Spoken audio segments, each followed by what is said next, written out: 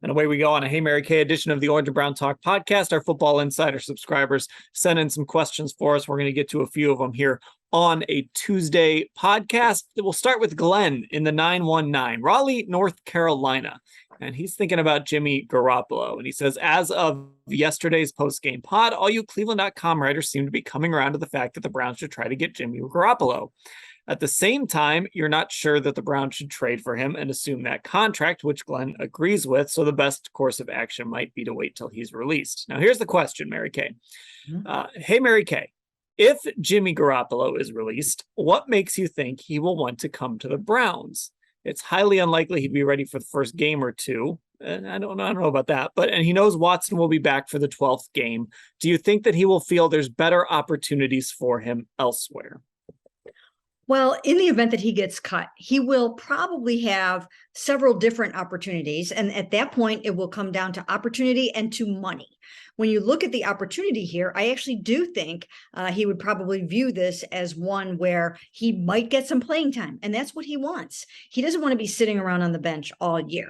So I think that he probably feels like he might be able to come in here and get a chance, even if Jacoby Brissett stays healthy. Now, is that a pipe dream? I don't know. We don't know how Jacoby's going to play. We don't know how this is all going to shake out. But I think just from a talent standpoint, he might look at this as a situation where he's not going to back up Tom Brady, right? He's not going to back up Russell Wilson. He's backing up Jacoby Brissett, who was behind him with the Patriots in 2016.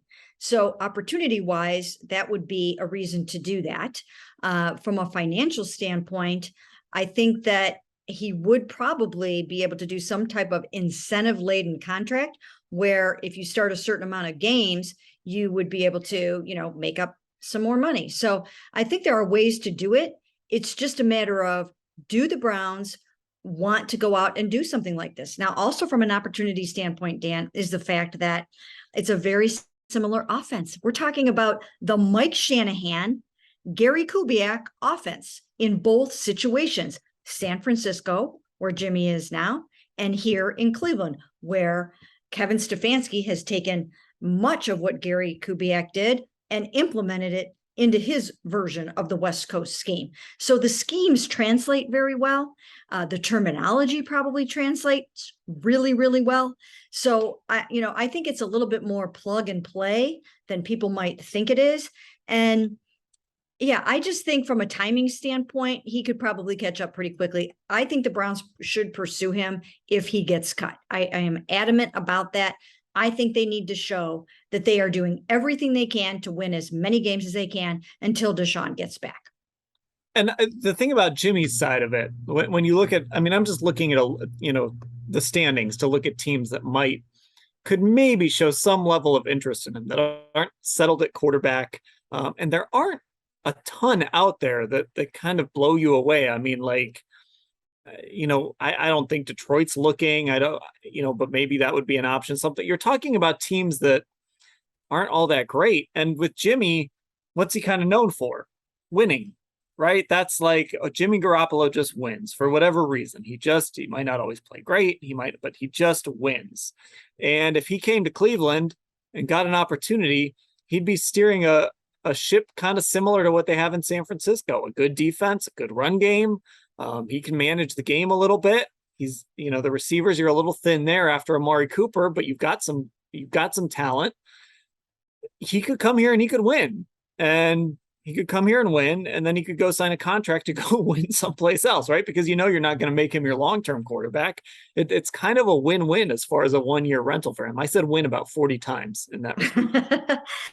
But I wholeheartedly agree with you. And here's another thing to consider that most people don't even think about this part, Dan. And I've talked to people about Jimmy over the last couple of weeks, and he had a torn capsule in his shoulder repaired in March, his throwing shoulder.